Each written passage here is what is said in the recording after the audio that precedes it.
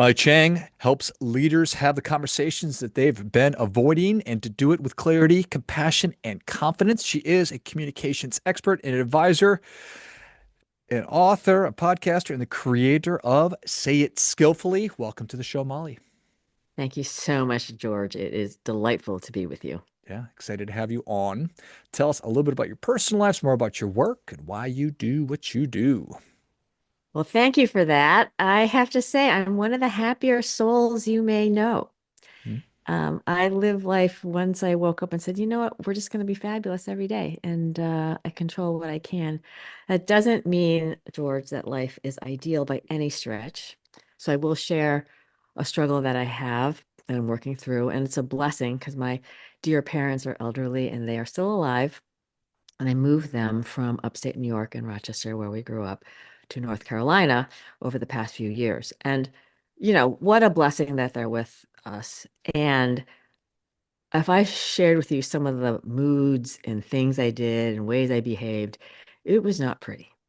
And to really kind of wrestle with trying to do the right thing, trying to keep it together. At that time, I was writing a book, moving, renovating a home, and all sorts of things. So I will say that that was a period where I'm glad that we got through it and they're healthy and they're happy. But I have to say there was a lot of growth opportunity for me. And so I just kind of share a little bit of empathy for folks out there doing elder care. Let's see. I grew up in upstate. I was painfully shy. Didn't speak English until I was 5 in first grade, straight C's in first grade. Molly seems very bright, doesn't say a lot. So that I could have kind of evolved to really helping others find their voices is just a miracle. And I just want folks to know that you can do it. Let's see. I would say I was a geek also. So I was a chemical engineer at school. I went to Cornell and I'm so grateful for that experience. And nothing has been hard since then. So that was really a really great test. And for both folks out there, I do believe you want to push yourself, not so you go insane totally, but it's great to push yourself to see how great you can be. I have never been married and have no kids. I would say I probably saved myself a divorce because I was a little bit of a late bloomer. So I feel very zen and at peace with myself now. Okay, I'm work-wise, I left engineering. I didn't practice technical stuff. I went right to the business route. A little time at IBM and consulting, and then a lot of time in mergers and acquisitions, integrating companies over 80 I've done at both Cisco and US Filter. And that really brought me around the world and really opened my eyes. We talked earlier before the show how, growing up in upstate, there was one Black, one Korean, one Chinese family. It wasn't really the most diverse environment. And I have to say it was a dream of a corporate career for me.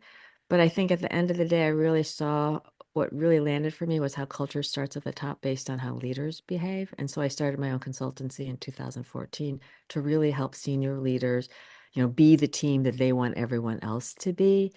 And I have to say, I'm really all in to create environments where really everyone feels valued, they feel heard, they want to perform at their best.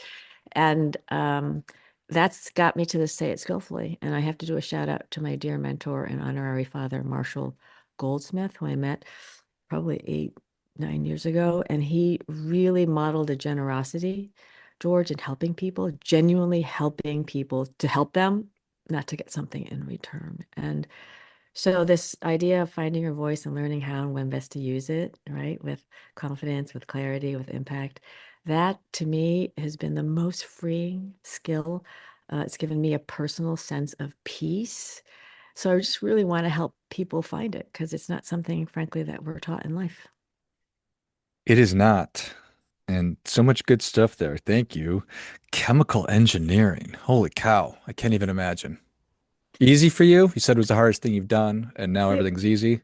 Yeah, so this is the deal. I'm not a dummy, I'm smart enough, but I went to school with really smart people. I mean, really smart people, George. So I'm thinking, oh my gosh, I almost transferred out of school after freshman first fall because I thought this is too hard for me. Mm. And I just learned, I joined a sorority that helped a lot, but I realized you didn't have to learn everything. It was just really an accelerated, wake up, this is how life works. Um, But so it's very humbling. I'm never really at risk of thinking I'm the smartest person in the room because I just know I am not. And so I grew up that way. I don't hold it against myself, but I appreciate having been in environments with really, really top folks because I think it sets the bar for what great looks like. Appreciate that. So chemical reactions, they take place at every level of life, in and out of the laboratory. You're bringing two companies together. There's going to be chemical reactions. So you did 80 of those mergers. That's interesting. And that you've come, I don't know what the term is. Perhaps it's just the next logical step to helping people with these one-on-one chemical reactions, which are conversations. 100%. And the biggest reaction, George, is that one with ourselves. So that ability, I think the epiphany for me was realizing that the start of effective communication is within. It's the conversation Molly has with Molly, George has with George. It's realizing I'm really annoyed, and legitimately so. But if I show up in the next meeting that way, is that really going to serve the work? And that ability to be in good relationship with ourselves, I call it lead myself first, is really fundamental. Really fundamental. And I say, folks, right now we have an energy, a way you're showing up. And maybe it's, fascination, and maybe it's partnership, and maybe it's heart, or maybe it's like, "Ah, I'm really exhausted, or I'm really bored, or what have you." And the opportunity to be intentional about how we show up to whatever we're trying to do, personal or work relationship, is 100% in our control. And so I want to offer folks that this notion of intentionally, selecting the right energy so that you can best serve the work and serve others is really important. And it's not always easy because it's hard. We're tired. We may not be getting enough sleep. People have genuinely annoyed us. We're really emotional or passionate about a topic. So that ability to exhale and then to kind of center ourselves and say, hey, how do I show up in service? And when we do that, it really shifts how conversations can go. I think you best set the stage for success. I've long known, been aware that how you're presenting yourself to the world matters. And that starts with taking that audit or just making sure that I am leading myself and showing up as myself in the best possible way. But maybe that's not obvious. Do a lot of people not think about that kind of thing? Is that knowable? I think it's absolutely noble. It's not necessarily in everyone's mind share.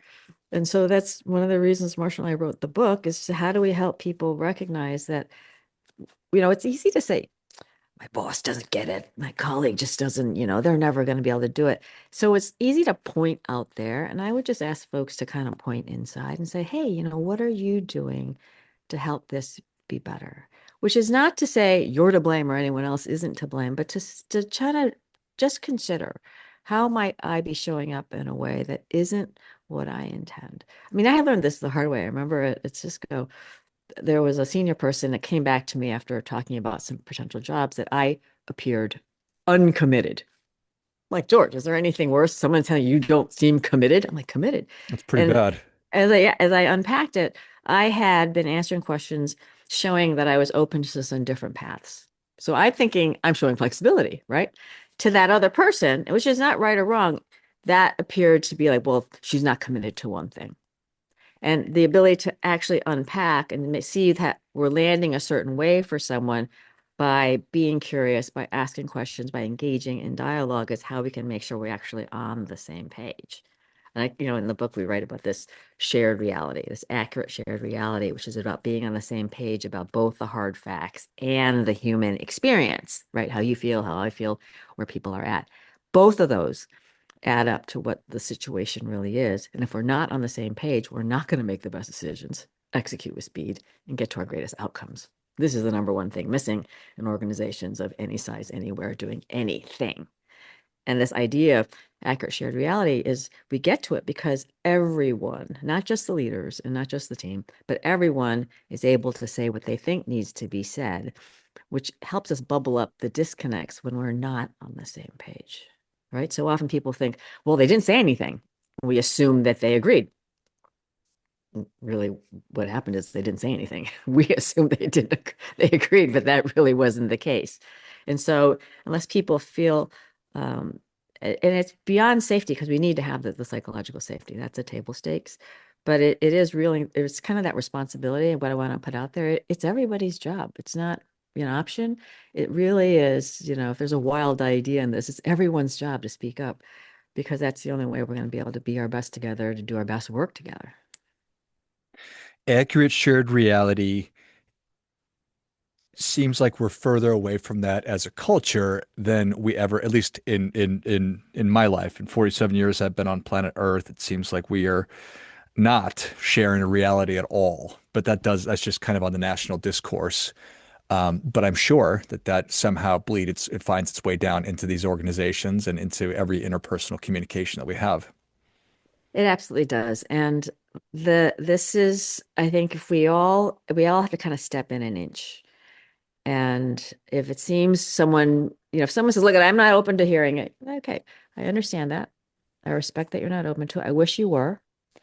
I want you to know that I am really open to understanding why you're thinking what you're thinking, where you're coming from. So if at any point you'd be open to that conversation, I would be willing to. We can't make anyone do anything, but we can send out an energy and a safety. I do think a lot of times people are the way they are because there's some fears and we don't necessarily know what they are.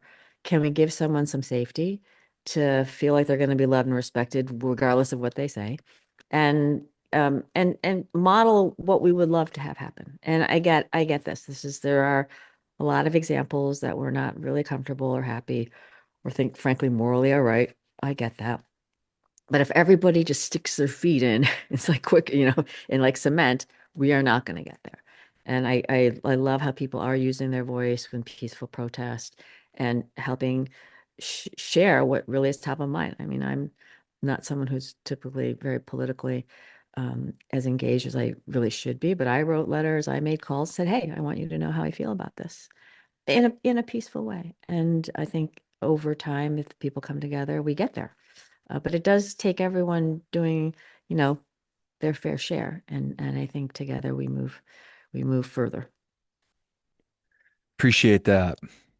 So talking and hearing, not necessarily listening, maybe it's listening but not hearing, hearing but not listening.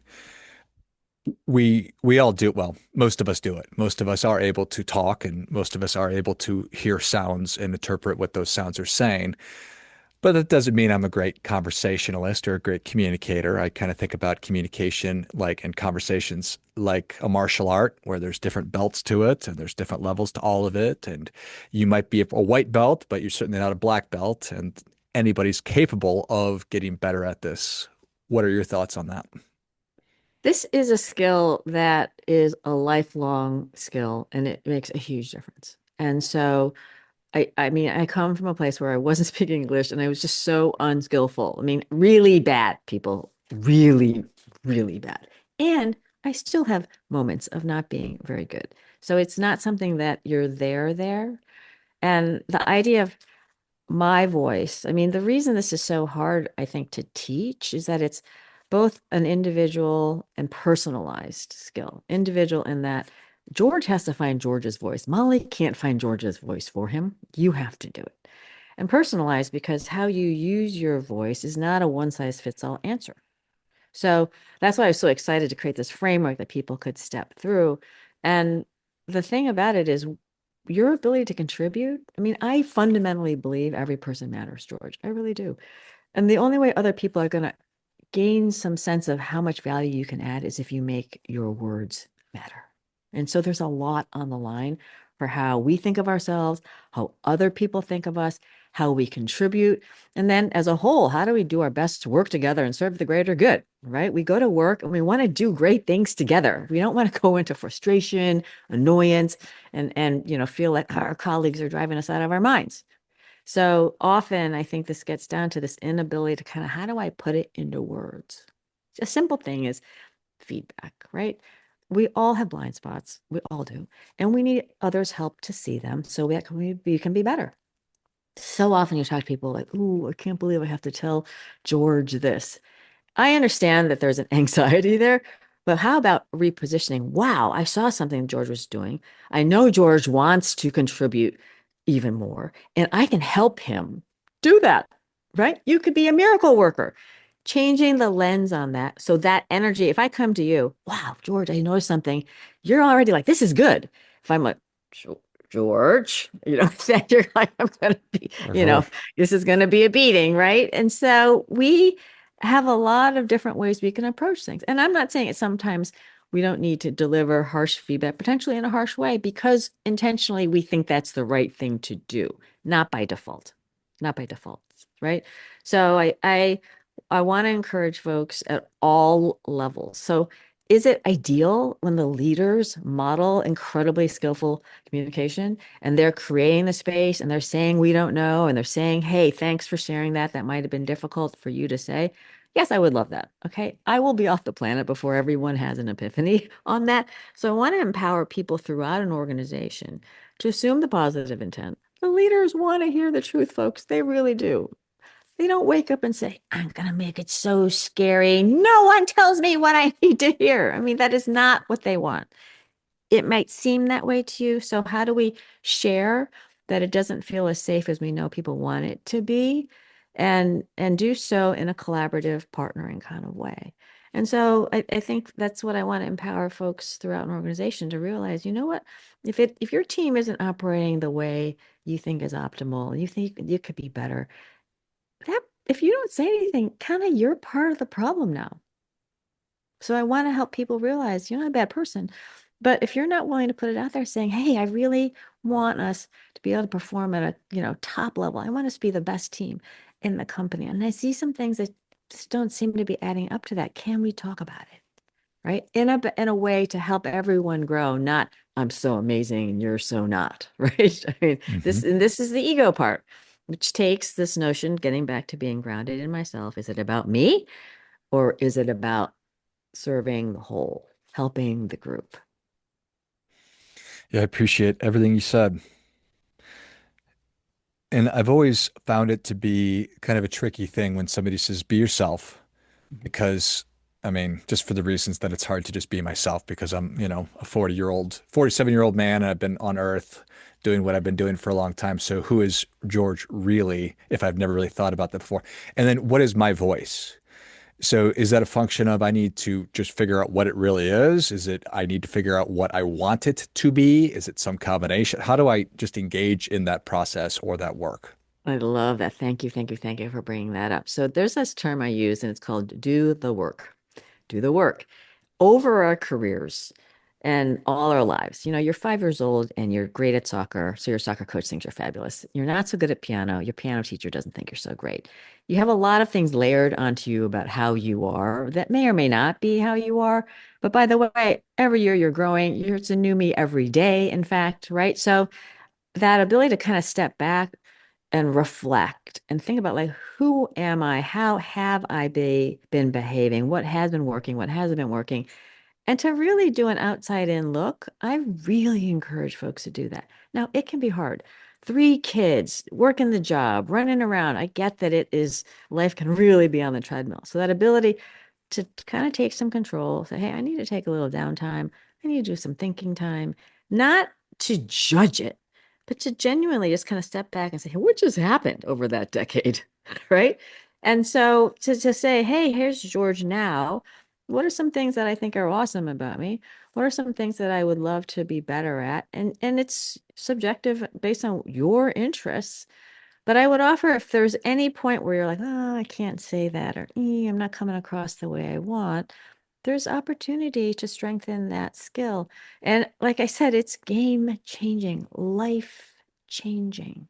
Because I know that whether you went to community college, some fancy, graduate school or vocational school, you matter. And you did not work so hard to just sit silent on the sidelines, like a mute, right? And so to be able to contribute, you got to be able to speak up and hold your own in a way that feels right for you.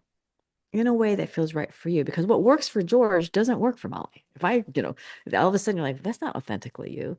So I also want to spend a little time on this word authentic because Marshall and I talked about this. It is in service to the whole. It's about who do I need to be, authentically be to best serve the situation. Okay.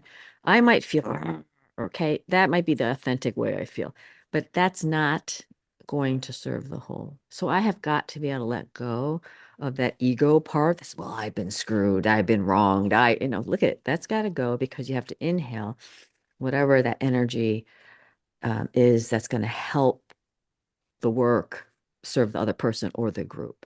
And that idea of how can we be of service? And I know people are, well, I get that everyone has to work for number one, but when you're really out there helping others, it all comes full circle, George. It really does. It really, really does. And showing the interest in other people, what you put out there is reflected back.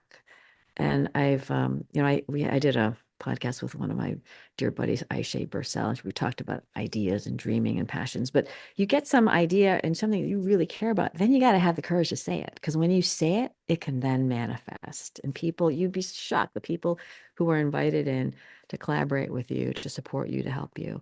And, we're nurturing our communities. And listen, there may be folks who aren't, so they're not bad people, but they're not really bolstering you. Hey, that's okay. You don't have to say anything bad about them, but you want to surround yourself with folks who are able to nurture you and we're going to love you enough to tell you what you really need to hear, right? Not just yes men. Isn't that the truth? Isn't that the truth? So much good stuff here today. Accurate shared realities, make your words matter. How do I say this so it actually gets across and lands? Well, who do I need to be right now? Um, and that it's all possible for us, or it's possible for us to learn all these new skills because you can be sitting there thinking, who am I to be, somebody who can stand up in a meeting or get my point across, or how do I better advocate for myself? There's so many different scenarios. And to your point, if I'm leading an organization, I want everybody within my organization to feel empowered, for lack of a better word, to be able to advocate for themselves and to express themselves in a way that is authentic to them. So I Yeah. love it. Yeah, that's exactly it. Well, Molly, thank you so much for coming on. Where can people learn more about you? How can they connect? And I know that you also have a mini book for us. So tell us all about that, please. Yes. So sayitskillfully.com, all one word, is the one-stop shop for all things Say It Skillfully. I want to encourage folks to check out my new number one best-selling book on Amazon because we package it all really to help people get this jump start on this skill. And I think the thought I would leave folks with is that just the way we go through work as a team, communication is a team sport, right? It takes all of us to be able to kind of communicate, to talk, to hear, to understand. And so if you approach it that way, it really is going to be a force multiplier for the individual, for the teams, and for entire organizations. And just think about it. When communication is clear, it's respectful and it's timely, errors go down, trust goes up, and you're going to do your very best work. And that's when you're going to feel the best because we're going to work every day. You put in all that effort. You just want to come back feeling like it's worth it. And you, my friends out there, can really help make it worth it. So I just want to encourage folks to go there. And if you build your skill, then you're leading others as they see you become more skillful, and we all spiral up together. So I'm really here to help people, be who you are, say what you think needs to be said in a skillful way. And I think work and life both improve. Everything will benefit. It all starts with us individually. So if you wish to have change in the world, doing everything that Molly's just been talking about will 100% help you to contribute to that reality. So, well, if you enjoyed as much as I did, show Molly your appreciation. Share today's show with a friend who also appreciates good ideas. Go to sayitskillfully.com and check out all the great resources. Go into the show notes, and I will leave a link for the special offer on the mini audiobook that we talked about, Say It Skillfully, um, and start become brave enough to start doing this work and getting your voice heard, becoming more effective. Thanks again, Molly. Thank you, George. Everyone take good care. Cheering for you. Until next time, remember, do your part by doing your best.